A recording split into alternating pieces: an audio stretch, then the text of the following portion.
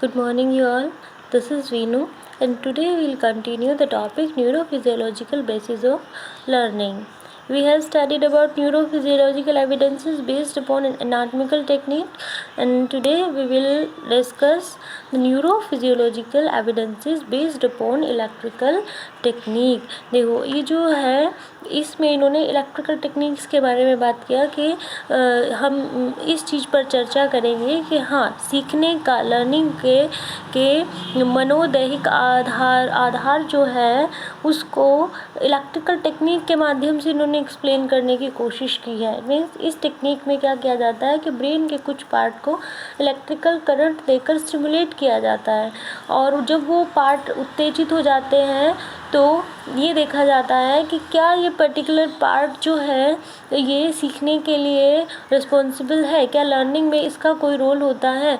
Brain पे electrode लगा दिए जाते हैं, तब व्यक्ति को कुछ लर्निंग मटेरियल दिया जाता है, कुछ सीखने के लिए दिया जाता है, और फिर ये देखा जाता है कि उसके ब्रेन का कौन सा हिस्सा, उसके ब्रेन का कौन सा पार्ट जो है इस समय उस हिस्से के अंदर कुछ इलेक्ट्रिकल चेंजेस आ रहे हैं, कुछ वैद्युतीय क्रियाएं किस हिस्से में हो रही हैं, और जिस हिस्से में वो वैद्युतीय क्रियाएं हो रही हैं इट मीन्स कि वो जो ब्रेन का हिस्सा है, जो वो पार्ट है, वो सीखने के में रोल प्ले करता है। जब व्यक्ति कुछ लर्न करता है तो वो उस हिस्से का रोल होता है। ये इन्होंने इलेक्ट्रिकल टेक्निक के माध्यम से बताने की कोशिश की कि हाँ, सीखने का न्यूरो दैहिक आधार होता है, और उसको इन्होंने इलेक्ट्रिकल टेक्निक्स के माध्यम से स्टडी किया। इलेक्ट्रिकल टेक्निक में उन्होंने EEG का इस्तेमाल किया, इलेक्ट्रोएन्सेफेलोग्राफ।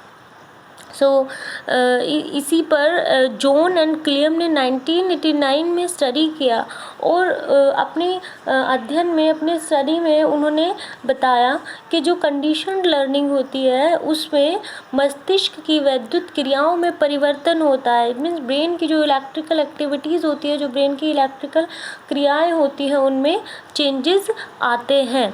तो जो कंडीशन लर्निंग होती है उसमें व्यक्ति की ब्रेन की इलेक्ट्रिकल एक्टिविटी में भी परिवर्तन होता है, जिससे व्यक्ति जो है जिस समय व्यक्ति कुछ नया लर्न करता है या सीखता है। उसके बाद नेक्स्ट पॉइंट है reinforcement area and punishment area in brain.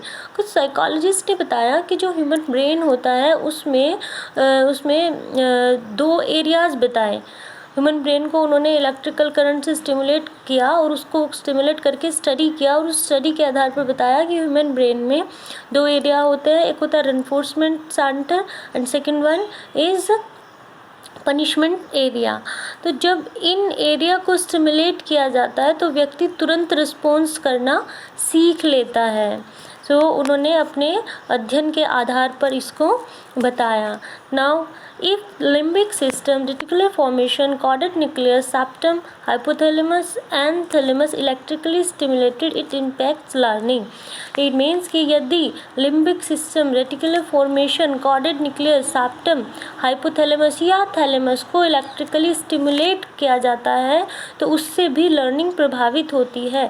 ये इस पर बहुत से साइकोलॉजिस्ट ने स्टडी किया, और इन पार्ट्स को, जैसे लिम्बिक सिस्टम हुआ या रेटिकुलर फॉर्मेशन हुआ, इनको इलेक्ट्रिकल करंट के माध्यम से, इलेक्ट्रिकल करंट देकर के इनको स्टिमुलेट किया। इनको स्टिमुलेट करने के बाद ये पाया कि हाँ, जिस समय ये ब्रेन के ये हिस्से उत्तेजित होते हैं तो उससे व्यक्ति की लर्निंग प्रभावित होती है। जैसे ग्लिकमैन ने 2000 में एक स्टडी की, उन्होंने डॉग्स पे स्टडी की, और उन डॉग के जो रेटिकुलर फॉर्मेशन था, रेटिकुलर फॉर्मेशन को उन्होंने इलेक्ट्रिकली एक्टिवेट किया, जिससे कि उनकी अटेंशन में बहुत ज़्यादा डिस्ट्रैक्शन हुआ, और उनकी जो लर्न की गई एक्टिविटी थी वो बहुत बुरी तरह प्रभावित हुई। इट मीन्स कि जो रेटिकुलर फॉर्मेशन है वो लर्निंग पर नेगेटिव इम्पैक्ट डालता है। जो रेटिकुलर फॉर्मेशन है उसको यदि एक्टिवेट किया गया, उसको इलेक्ट्रिकली एक्टिवेट करके ये जाना, ये पाया कि रेटिकुलर फॉर्मेशन से व्यक्ति की जो अटेंशन डिस्ट्रैक्ट होती है और उसकी जो लर्नड एक्टिविटीज़ होती हैं वो प्रभावित होती हैं।